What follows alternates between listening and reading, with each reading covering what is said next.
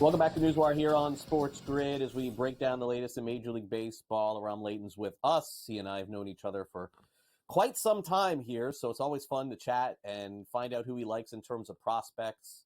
And I won't rip him at the end for his opinions because, again, everybody certainly has their opinions. But thanks for coming on the show. Happy Valentine's Day. Welcome back to Newswire. Likewise, it's awesome to be back on because, one, I'd love to always catch up with you, but two, it means baseball season's right on the horizon. Yeah, no, it definitely does. And look, I guess, there's two schools of thought here with the free agency these days, is that it feels like we're always going to get guys signing in February now until the new CBA comes in a couple of years. And I do think, by the way, there's going to be a new CBA and it's going to be, a lot of changes going on a couple of years. But for now, we're getting Pete Alonso and Alex Bregman and Nick Pivetta. This offseason, I think, was better than last offseason, which was just dreadful. All the players were signing in January and February, but Bregman ends up in Boston.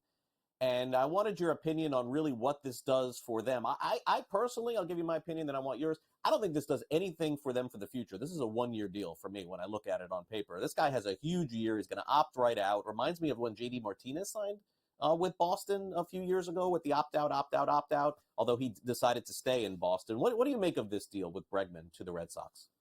I 100% agree, and I think that's perfect for them and where they're at, right? Because they have these prospects, and we're going to talk about it in a little bit, that are going to make potentially an impact as soon as this year, but for sure are in the long-term plans. Of course, in this instance, Kristian Campbell is the guy that I think a lot of people are saying, okay, well, what does this mean for him? He is a guy that can move all over, but I think a lot of people were penciling him into second base. But you have to remember that you're hoping that Kristian Campbell has a year anything like Alex Bregman had last year, even as he's a couple years into the major leagues. Of course, there's always the pipe dream that he can hit 25-plus home runs and be the monster that he was in the minor leagues last year. But this is a Red Sox team that I think is feeling like the American League is a little bit more wide open, and that especially you look at the AL East, the Orioles didn't do a ton. You're not worried about the Blue Jays. The Yankees lose Juan Soto.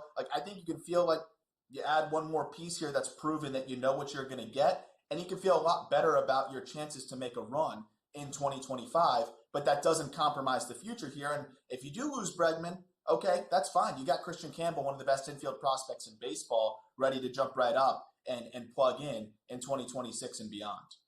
Yeah, the Red Sox do have a really strong farm system, and they added pitching too. Their win total on the FanDuel Sportsbook is 85.5, and I think it's not really on the strength of Bregman. It's on the strength that all of a sudden they have Garrett, Crochet, and Walker Buehler. I mean, those were really big adds for them for pitching. They're talking about maybe using a six-man rotation. We're hearing that more and more for other teams as well. Minus 122 to make the playoffs, to win the AL East, a long shot. Same with the American League. But health is going to determine this, and I guess on the positive side, if Walker Buehler throws 150 innings, and if Garrett Crochet and Bayo and Giolito and all these guys throw 150 innings, I think Boston could fly over this 85.5. But we are dealing with a lot of injury history on the pitching side. So for me, this is a tough call. What do you think? I like the over. I agree with everything you're saying, but at the same time, you look at this lineup and the balance now that it has. They really needed a right-handed bat, and I love what Bregman brings to the table in that ballpark as well. I mean, you can already imagine how many doubles he's going to be hitting off of that green monster there. And in his career, 41 games at Fenway Park, or against the Red Sox, actually, I should say, he has an OPS over 1,000. A lot of those games in Fenway Park, I think the OPS is right around there as well. But in terms of the pitching, it's definitely volatile, but you look at where the pitching was at last year, it's still a lot better, not just because you have the ace at the top in Crochet, but I think there's more depth in general as well. Even just better plug-and-play options if it gets to that. I think they were in a spot last year where their plug-and-play options this year were guys that were ending up, being expected to kind of grab the 4 and 5 spot in the rotation. But I do believe that they're going to get more out of a Quinn Priester with what they're doing pitching development-wise. Richard Fitz looks like he could be a solid depth arm as well. I do feel as though they have more options than they've had in the past, and I think there's a little bit more balance to the bullpen all of a sudden as well. So if the pitching's even just a little bit stronger, I think that lineup is pretty tough to beat.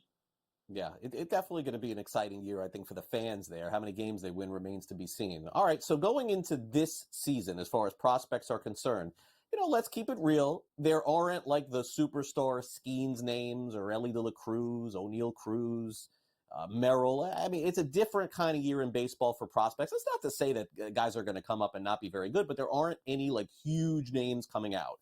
I think the Bregman news maybe elevates the status of one prospect I know you want to talk about, and that is Matt Shaw on the Chicago Cubs. They opted, obviously, not to match the offer that was made by Boston. It would appear that the Cubs were very much in it, but didn't want to match the amount of money or those opt-outs. They wanted to lock him in. So that opens the door for Matt Shaw. Is he the very best offensive prospect going into the season? Because none really jump off the page as huge superstars this season.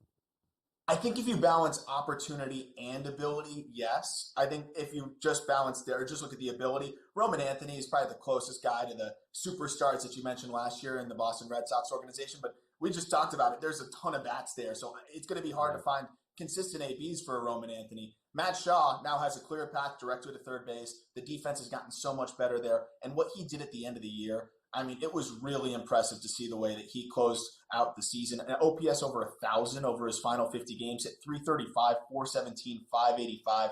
It's a blend of hitting the ball hard, speed, a ton of doubles, a good feel to hit, and the fact that he's gotten himself to becoming a solid defender at the hot corner. I think that's part of the reason I've been critical of the Cubs for being a little bit cheap. Chicago freaking Cubs, but in this instance, I could understand not wanting to push your limits when you have a guy that does look like he can plug and play and hold his own at the hot corner this coming season. All right, last thing, the hot names right now, a week in, Brandon Sproat on the New York Mets. Look out, this guy's going to be a star. Are you buying in on all this early stuff?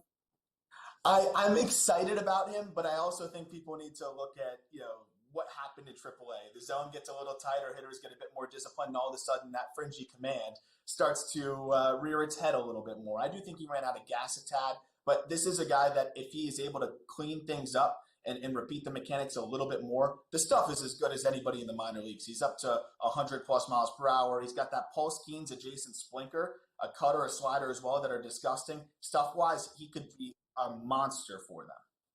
All right, Aram, great to catch up with you, man. I know I'll see you around the ballpark soon. Thanks for coming on Newswire. Thanks for having me. Looking forward to it.